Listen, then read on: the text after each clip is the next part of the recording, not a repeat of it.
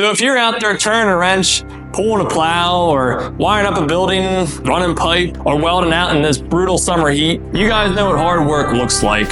And just like your trade, freedom took a lot of hard work to earn, and it didn't come without a cost. Now, some of you folks out there have this flag hanging outside of your house, or have it flapping behind your truck. But unfortunately, there are folks out there that have this flag folded up in a case. So behind every firework we see tonight, there's somebody out there that gave up their tomorrow so we could enjoy ours. And let's not take that for granted. Because freedom, it's not just a word, and it's not just a day we get to take off of work. It's a gift, paid for by blood, sweat, and sacrifice. Now, this country was built on grit, determination, hard work, and sacrifice. But there's one thing that a lot of people overlook, and that this country was built on faith as well. And not just faith in each other, but faith in something bigger. If you pull out a dollar bill and look on the back of it, it says, "In God we trust." So if our founding fathers believe we should trust in God, and they built the greatest country in the world, then I'd say they're onto something. And I'll just say this, in today's world, there's a lot less trust in God, and we are seeing the fruit of that decision every single day. But America still shines because there's still people out there that believe in doing right.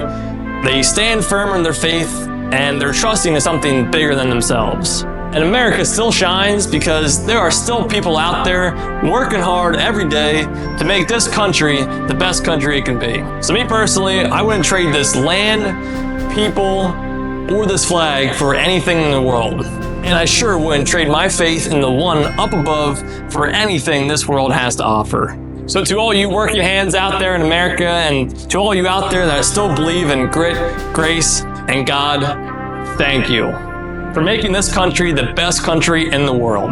So tonight, as you watch the sky light up and you feel the ground rumble, just take a second and just look around and just think about all those people that made this day possible.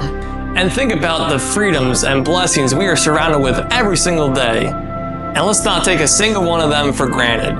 So here's to the workers that build it, fix it, haul it, dig it, pave it, wire it, weld it. You guys are the reason this country runs and the reason this country shines. So let's build the kind of country our founding fathers and our Father up above would be proud of. So God bless all you guys and girls out there making this country a better place. God bless the ones that sacrificed their lives for this country. And God bless the United States of America. You want to see how we go from this to this sick American work of art? In this video, I'm going to go over the step-by-step process of how I did it.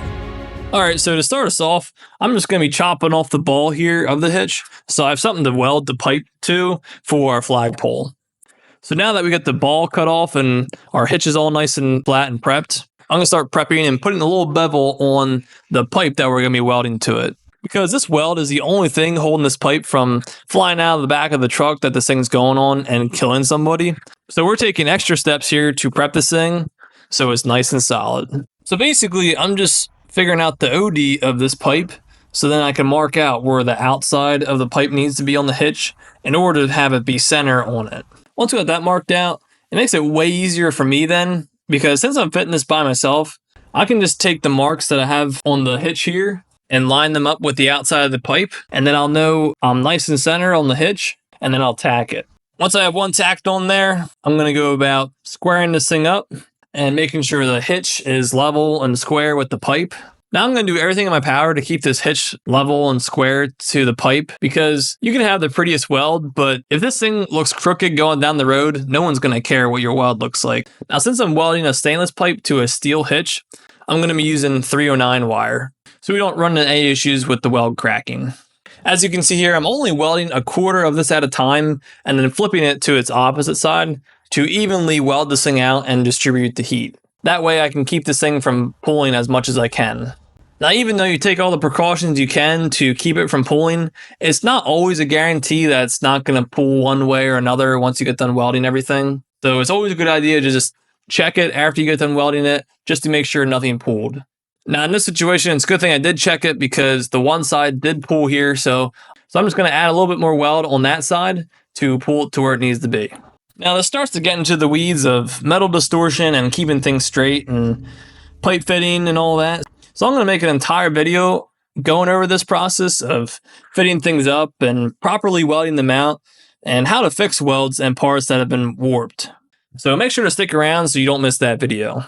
Now that we got this thing finally all squared up after the root pass, I'm going to add a couple more passes on this thing to make it nice and solid and filled out. Now that I got it all welded and filled out, for pipe welds like this, I usually use this yellow Scotch-Brite radial bristle brush on this custom drill setup that I got here. And this thing works great for fast and easy polishing for stainless TIG welds. So I highly recommend getting one of these guys if you do a lot of stainless pipe welding. All right, so now I got the base welded on. I'm going to cap off the top of this pipe so it doesn't fill up with water or anything nasty. So basically what I did was just cut a square plate, and I'm just rounding off the edges and the corners of it so it fits inside the pipe.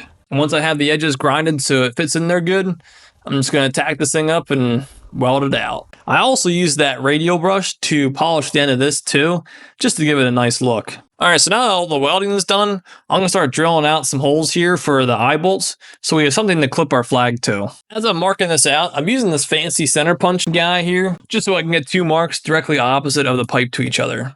All right, so now that we got our holes drilled and we have them drilled 180 degrees from each other, we can now bolt through our eye bolts and clip on our flag.